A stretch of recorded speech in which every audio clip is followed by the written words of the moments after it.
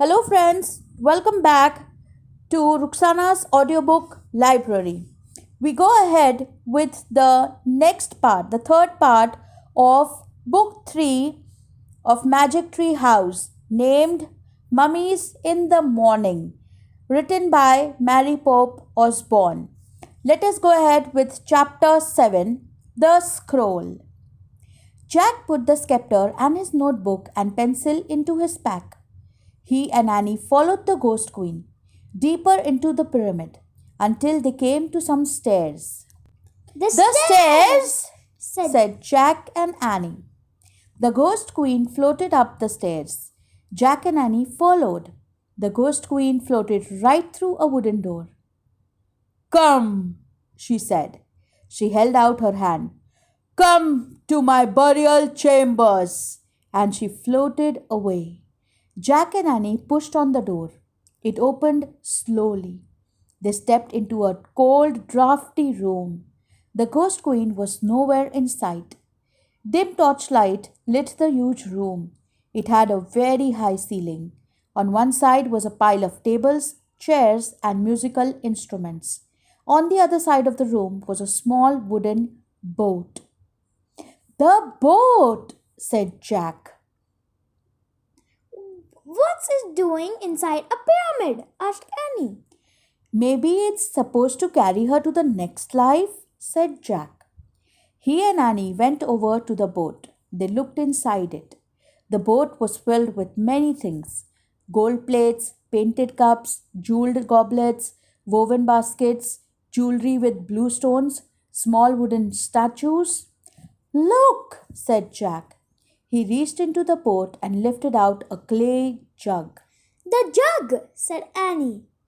Jack looked inside the jug. Something's in here, he said. Something's in here. What is it? Asked Annie. Jack felt down inside the jug. It feels like a big napkin, he said. The folded cloth, said Annie. Jack reached into the jug and pulled out the folded cloth. It was wrapped around an ancient-looking scroll. Jack slowly unrolled the scroll.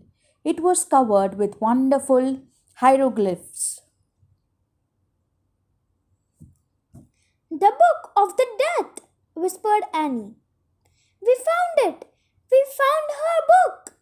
Oh man! Jack traced his finger over the scroll. It felt like very old paper. Queen Hutepi, called Annie. We have it. We found your book of the dead. Silence.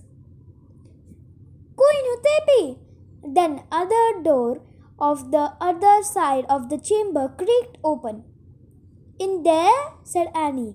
Maybe she's in there? Jack heard. Jack's heart was pounding.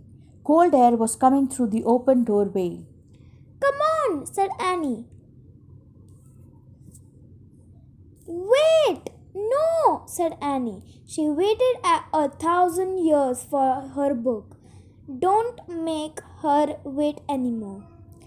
Jack put the ancient scroll into his backpack. Then he and Annie slowly started to cross the drafty room. They came to the open door. Annie went through first. Hurry, Jack, she said. Jack stepped into the other room. It was nearly bare, except for a long gold box. The box was open. The cover was on the floor. Queen Hutepi, called Annie. Silence. We found it, said Annie. Your book of death. There was still no sign of the ghost queen. The gold box glowed. Jack could barely breathe. Let's leave the scroll on the floor and go, he said. No, I think we should leave it on there, she said. She pointed to the gold box. No, said Jack. Don't be afraid, said Annie. Come on. Annie took Jack by the arm. They walked together, crossed the room. The growling to the glowing gold box. They stopped in front of the box and they peered inside. Chapter 8. The Mummy. A real mummy? Bandages were still wrapped around the bald skull, but most of the bandages had come off the face. It was Hutebi, queen of the Nile. Her broken teeth were showing, her little wrinkled ears, her squashed nose, her withered flesh, her hollow eye sockets. Plus, the rotting bandages on her body were coming off. You could see bones. Oh, gross, cried Annie. Let's go. No, said Jack.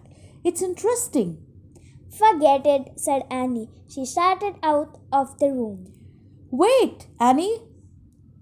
Come on, Jack. Hurry, cried Annie. She was standing by the door. Jack pulled out the Egypt book, flipped to a picture of a mummy. He read loud. Ancient Egyptians tried to protect the body so it would last forever.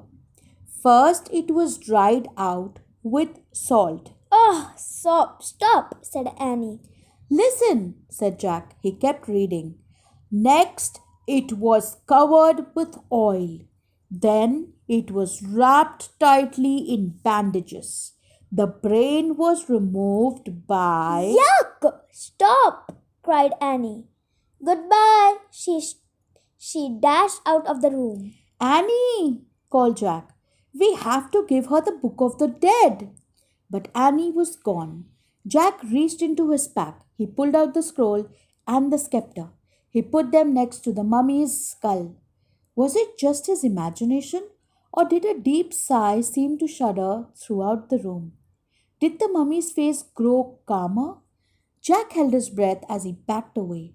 Out of the mummy room, out of the boatroom, down the stairs. At the bottom of the stairs, he heaved his own sigh. A sigh of relief. He looked down the hallway. It was empty. Hey, where are you? He said. No answer. Where in the world was Annie? Jack started down the hallway. Annie, he called. Had she run out of the pyramid? Was she already outside? Annie! Help! Jack! Came a cry. The voice sounded far away. It was Annie. Where was she? Help! Jack! Annie! Jack started to run along the shadowy hallway. Help! Jack! He cried, seemed fainter. Jack stopped. He was running away from her voice. Annie! He called. He went back toward the burial chambers. Jack! There her voice was louder. Jack! Even louder. Jack climbed the stairs. He went back into the boatroom. He looked around the room, at the furniture, the musical instruments, the boat. Then he saw it. Another door. Right next to the door he had just come through. The other door was open. Jack dashed through it. He found himself at the top of some stairs. They were just like the stairs in the other hallway. He went down into the hallway. It was lit by torches on the wall. It was just like the other hallway. Annie! He called. Jack! Annie! Jack! She was running through the hallway toward him. She crashed into him. I was lost, she cried. I think this is one of those failed passengers.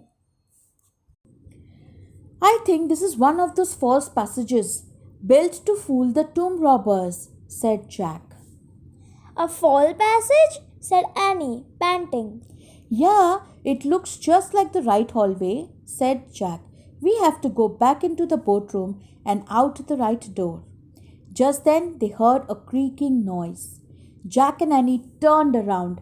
They looked up the stairs. Then they watched in horror as the door slowly creaked shut. A deep sound rumbled in the distance, and all the torches went out. Chapter 9. Follow the Leader. It was pitch dark. What happened? Asked Annie. I don't know, something weird, said Jack. We have to get out of here fast. Push against the door. Good idea, said Annie in a small voice. They felt their way through the darkness to the top of the stairs. Don't worry, everything's going to be okay, said Jack. He was trying to stay calm. Of course, said Annie. They leaned against the wood door and pushed it. It wouldn't budge. They pushed harder. No use. Jack took a deep breath. It was getting harder to breathe and harder to stay calm. What can we do? Asked Annie. Just rest a moment, said Jack, panting. His heart was pounding as he tried to see through the darkness. Maybe we should start down the hall, he said. Maybe we'll eventually come to an exit. He wasn't sure about that, but they had no choice. Come on, he said. Feel the wall. Jack felt the stone wall as he climbed slowly down the stairs. Annie followed. Jack started down the dark hallway. It was impossible to see anything, but he kept going, taking one step at a time, moving his hands along the wall.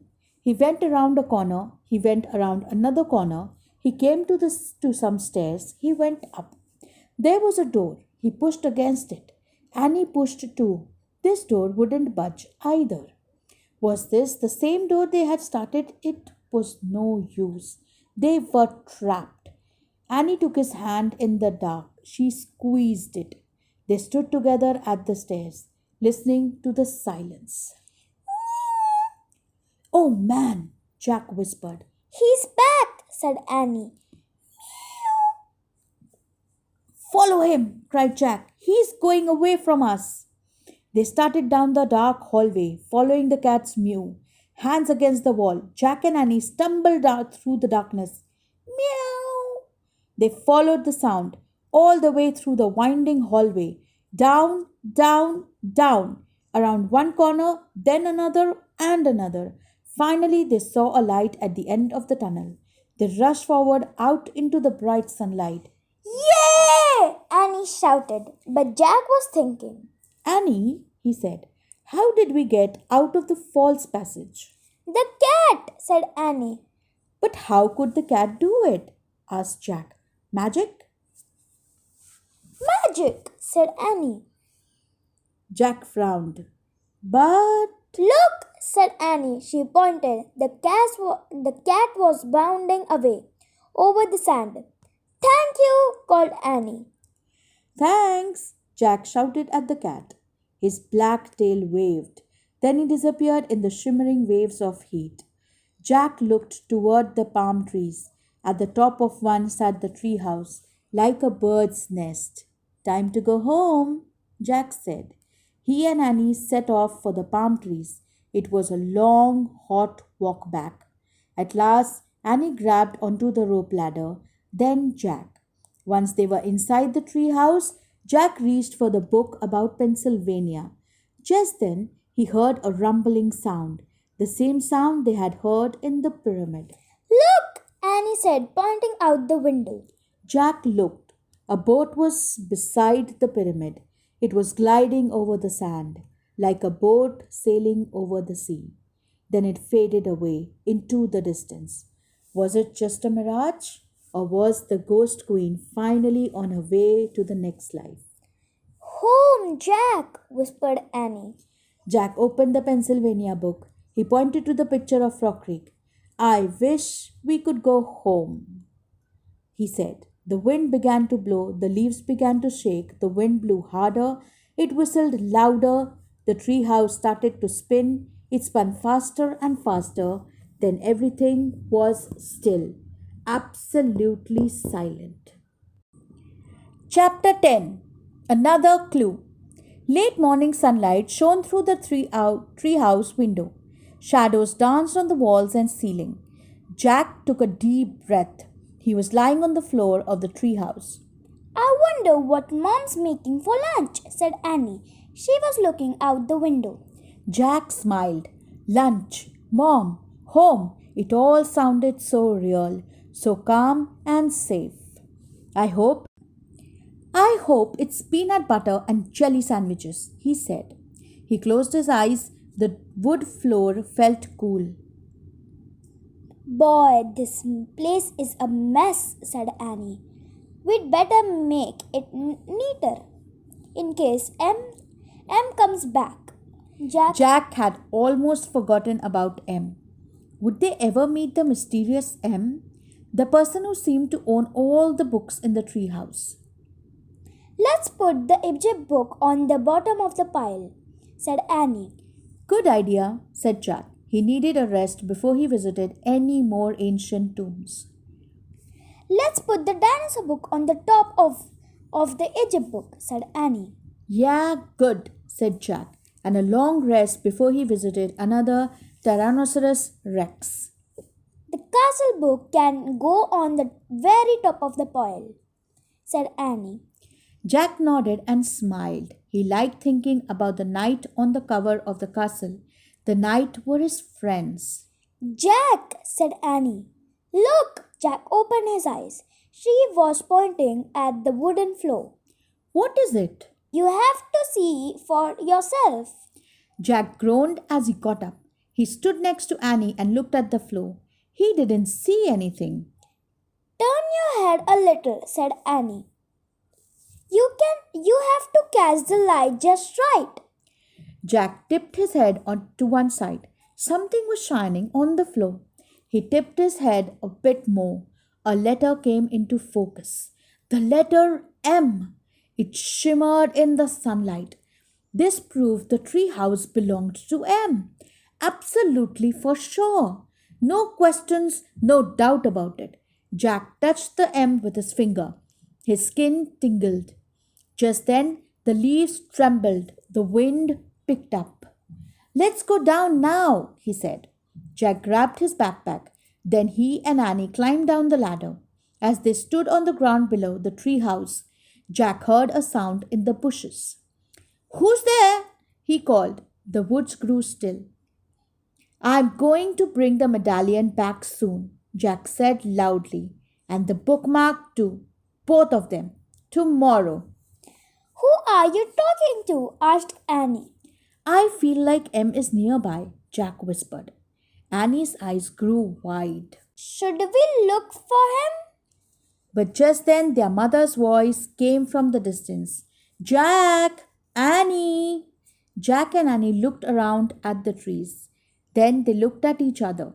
Tomorrow, they said together. And they took off, running out of the woods. They ran down their street. They ran across their yard. They ran into their house. They ran into their kitchen. They ran right into their mom. She was making peanut butter and jelly sandwiches. The end.